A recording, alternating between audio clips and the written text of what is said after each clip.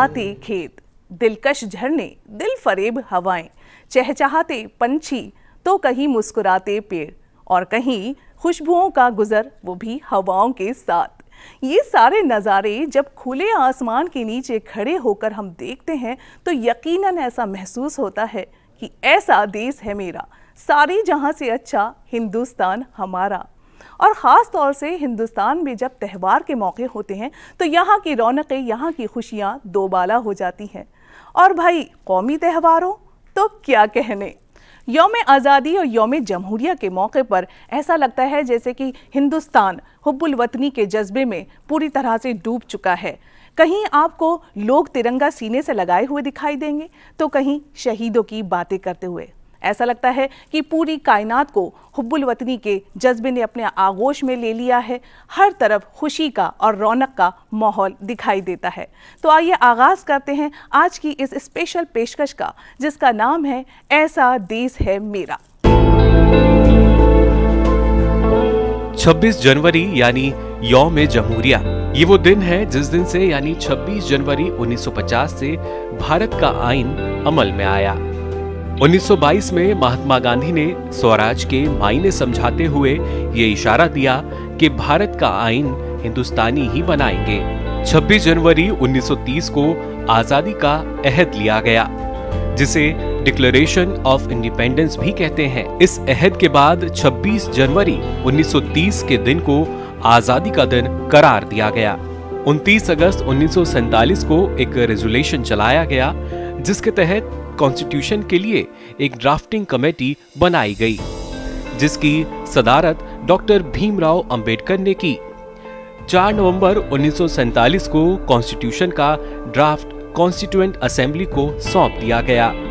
11 महीने और 18 दिन लगे कॉन्स्टिट्यूशन को अपनाने में। कुछ तरमीम के बाद 24 जनवरी 1950 को असेंबली के 308 मेंबरान ने इस पर साइन किए और फिर 2 दिन बाद 26 जनवरी 1950 को कॉन्स्टिट्यूशन पूरे मुल्क में अमल में आया। इस आइन के चलते इसी दिन डॉक्टर राजेंद्र प्रसाद हिंदुस्तान के पहले सदर बने। कॉन्स्टिट्यूएंट असेंबली पार्लियामेंट बन गई और इस तरह इस आइन ने भारत को एक आजाद जमहूरियत के तौर पर दुनिया में शनासाई दी। इसलिए ये तारीख यौम जमहूरिया के नाम से मनाई जाती है। दिल से निकलेगी ना मर के भी वतन की उल्फत, मेरी मिट्टी से भी खुशबुए वफा आएगी। अपने मुल्क से मोहब्बत का जो जज्बा होता है वो हमेशा के लिए कायम रहता है, चाहे कोई भी कैसे भी हालात हों, चाहे बूढ़ा हो, बच्चा हो, जवान हो, औरत हो या मर्द हो। हर इंसान अपने मादरे वतन के लिए मर मिटने के लिए हमेशा तैयार रहता है। और कई बार ये जज्बा इतना ज़्यादा बढ़ जाता है कि किसी और बात की कोई फिक्र नहीं रहती, कोई परवाह नहीं रहती। आज हम आपकी मुलाकात हुब्बुल वतनी से सरशार एक ऐसे शख्स से कराने जा रहे हैं जो पिछले कई बरसों से हिंदुस्तान के झंडे को इज्जत बख्श रहे हैं। उन्होंने न जाने कितने हिंदुस्तान के झंडे इस धरती की और इस आकाश की फिजाओं में, हवाओं में लहरा दिए हैं। वतन के जान निसार हैं, वतन के काम आएंगे, हम इस ज़माने को एक रोज़ आसमान बनाएंगे।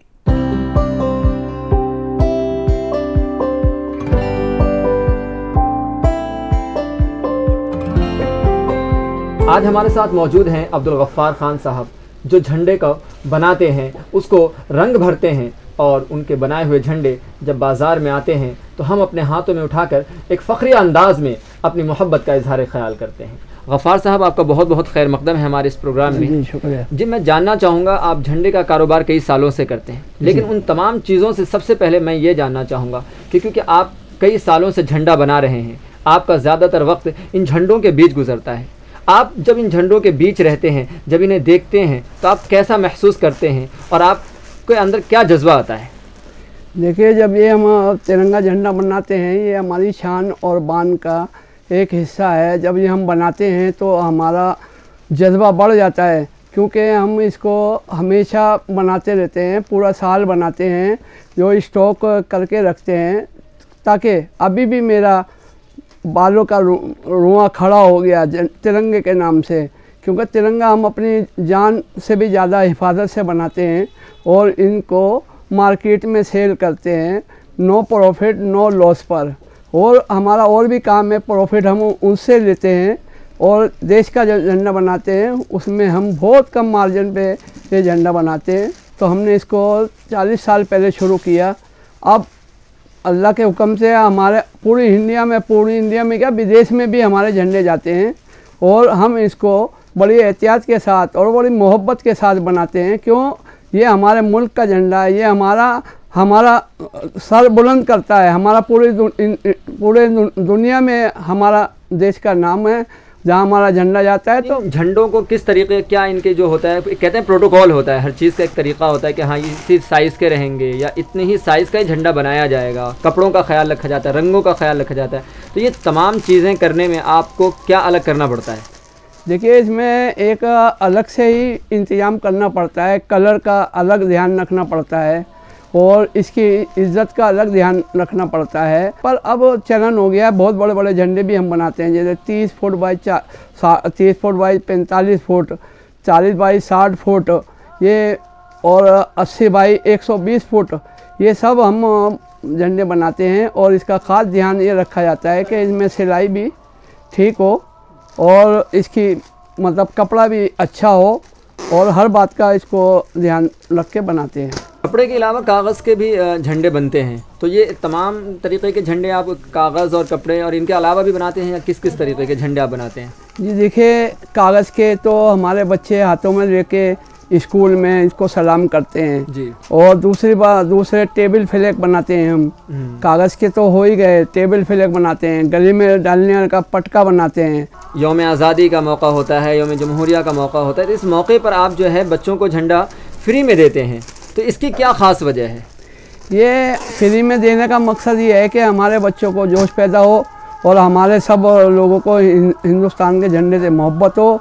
हमारे जितने भी 1-2 झंडे लेने लोग आते हैं, हम उनको फ्री में भी देते हैं और हम वैसे भी फ्री में बांटते हैं लोगों को, ताकि अपने इलाके में या कहीं ये लगे कि हम हिंदुस्तान का झंडा ऊंचा है। गफ़ार साहब, इस ख़ास मौके पर आप अपने वतन वालों के लिए कोई ख़ास मैसेज या कोई संदेश देना चाहेंगे, कोई पैगाम? जी, हम तो ये पैगाम देना चाहते हैं, हमारा इंडिया खुश रहे और सब में अमन अमान रहे। हमारे हिंदू मुसलमान सिख ईसाई सब भाई भाई हैं, हम सबको सलाम करते हैं। जय हिंद। वतन की खाक जरा एड़ियां रगड़ने दें, मुझे यकीन है पानी यहीं से निकलेगा। नाजरीन, इस वक्त हिंदुस्तान पर एक अजीब सा हुब्बुल वतनी का जादू छाया हुआ है, जिसे देखो वो 3 रंगों में रंगा हुआ है। इस जादुई माहौल को और ज़्यादा जादुई बनाने के लिए हम आपके लिए लेकर आए हैं एक मैजिक शो। तो चलिए आप और हम मिलकर इस मैजिक शो का लुत्फ उठा लेते हैं। गणतंत्र दिवस की सभी को बहुत बहुत शुभकामनाएं। Happy Republic day.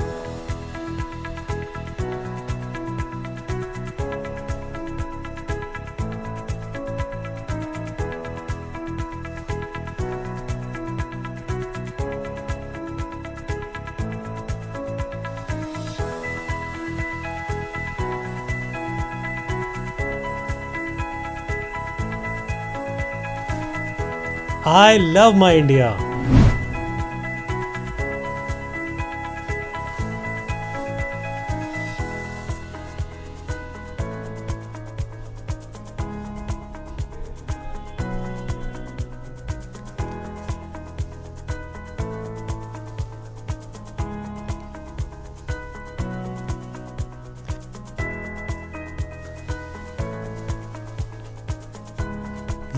This for the love of our India.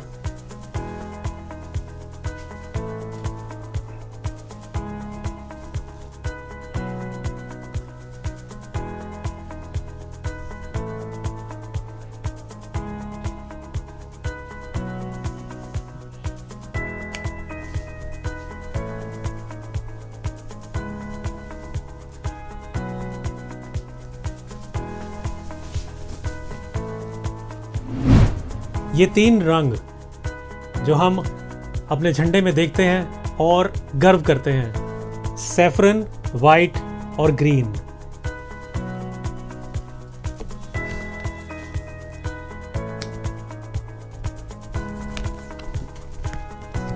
Bharat माता की जय।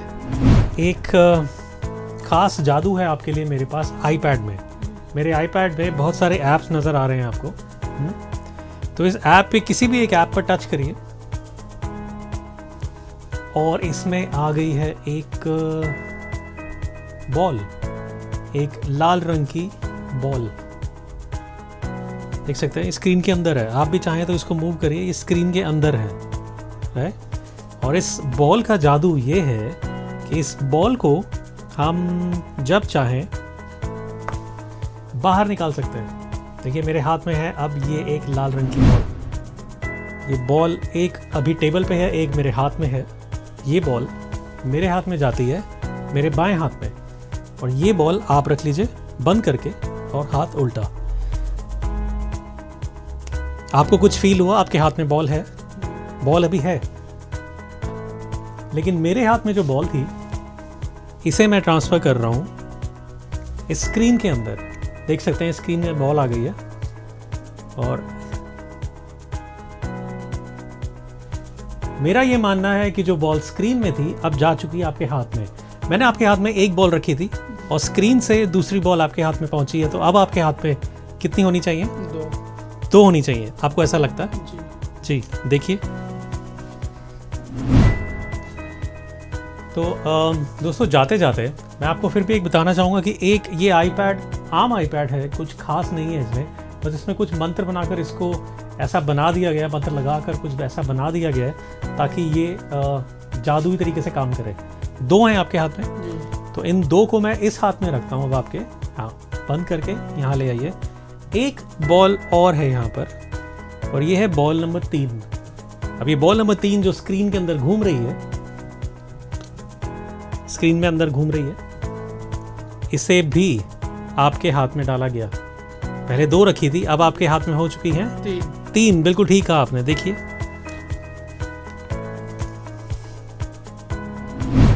आगे बढ़ते हैं। आप कहीं स्टॉप बोलिए, मैं आपको एक पत्ता देता हूँ। हाँ, आपने करीब मुझे लगता है 10-12 कार्ड के बाद आपने स्टॉप बोला। ये कार्ड होना चाहिए लाल रंग का। देखिए और कैमरा पे दिखा दीजिए, मुझे मत दिखाइएगा।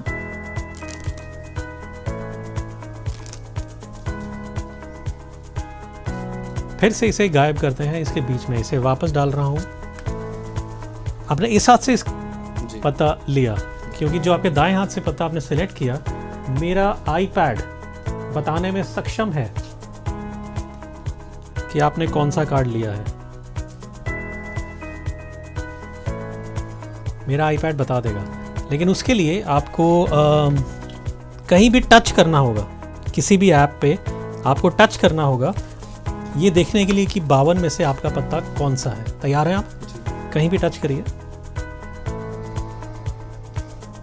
पूरे 52 पत्ते नहीं, सिर्फ एक ही पत्ता आया है इसमें, इस स्क्रीन में, और ये दिखा रहा है 10 ऑफ डायमंड, 10 ईंट का। यही आपका पत्ता था जी। और भी एक सरप्राइज है मेरे पास आपके लिए, 10 ऑफ डायमंड्स।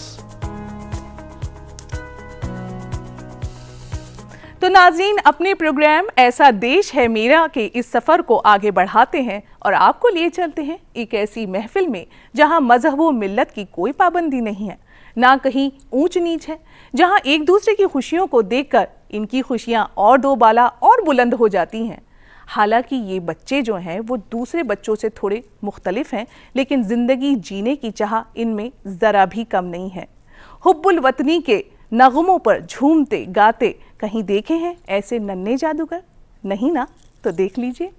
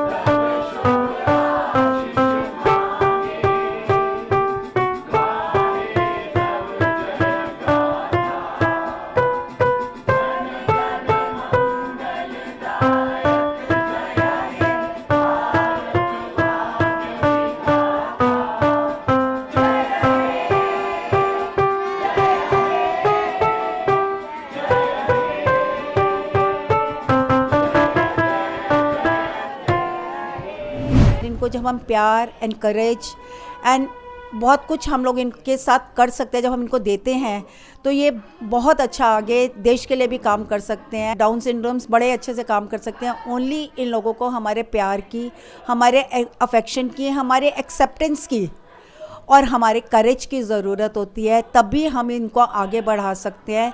और आप इनके साथ प्यार करके देखो, इनको एनकरेज करके देखो, इनको एक्सेप्ट करके देखो, तो ये आपको और इस देश को बहुत कुछ आगे देंगे, बहुत कुछ इसमें योगदान करेंगे। बहुत प्यारे बच्चे हैं, इन्हें प्यार दो और एक्सेप्ट करो। आप सभी को गणतंत्र दिवस की बहुत बहुत बधाई। और हम चाहते हैं कि हमारा देश बहुत आगे तरक्की करे इन बच्चों के साथ, आप सबके साथ। जय हिंद। सारे जहां से अच्छा हिंदुस्तां हमारा, हमारा सारे जहां से अच्छा हिंदुस्तां हमारा। हम बुलबुले हैं इसकी, ये गुलसितां हमारा, हमारा सारे जहां से अच्छा हिंदुस्तां हमारा। हम बुलबुले हैं इसकी, ये गुलसितां हमारा, हमारा सारे जहां से अच्छा। यौम जमहूरिया के इस मुक़द्दस मौके पर मैं समरीन नाज पूरी टीम डीडी उर्दू की जानिब से आपको दिली मुबारकबाद पेश करती हूँ और साथ ही आपको छोड़े जाती हूँ इस खूबसूरत सी पेशकश के साथ। अपना ख्याल रखें, अपने अपनों का ख्याल रखें, हंसते रहें, मुस्कुराते रहें। जय हिंद, खुदा हाफिज।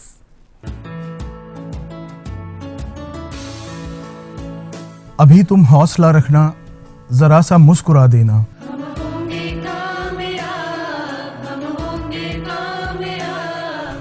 अगर फूलों के खिलने में कोई ताख़ीर हो जाए, समर मेहनत का मिलने में ज़रा सी देर हो जाए, सबा को भी तुम्हारे आशियाँ से बैर हो जाए, अभी तुम हौसला रखना, ज़रा सा मुस्कुरा देना।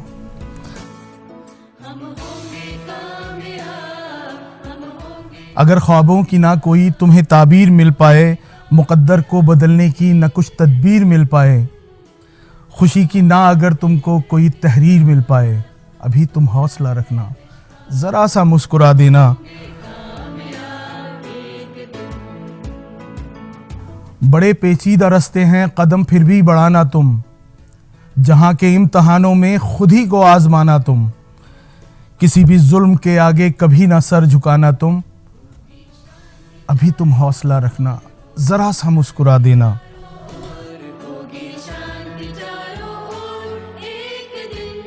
चमन में लौट आएंगे वो दिन गुजरे बहारों से, जहाँ कुछ और भी बाकी हैं आगे इन सितारों से, अंधेरे खुद ब खुद छट जाएंगे इन राह गुजारों से, अभी तुम हौसला रखना, ज़रा सा मुस्कुरा देना।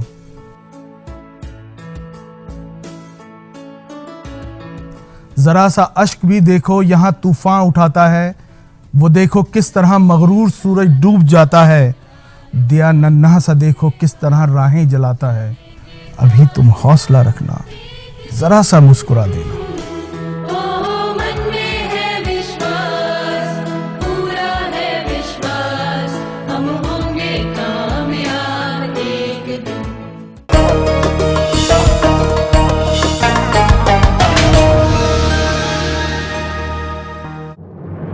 मन की बात है